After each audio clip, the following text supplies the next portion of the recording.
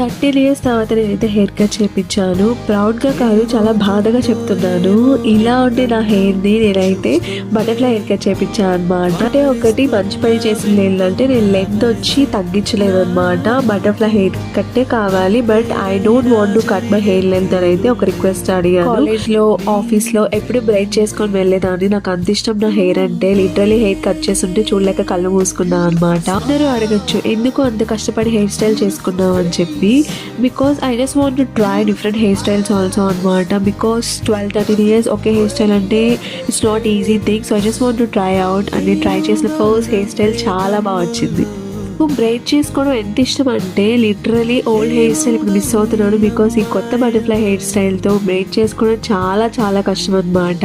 If you ask me I regretting cutting my hair, absolutely not, but I missing badly to braid my hair అనమాట. So yeah.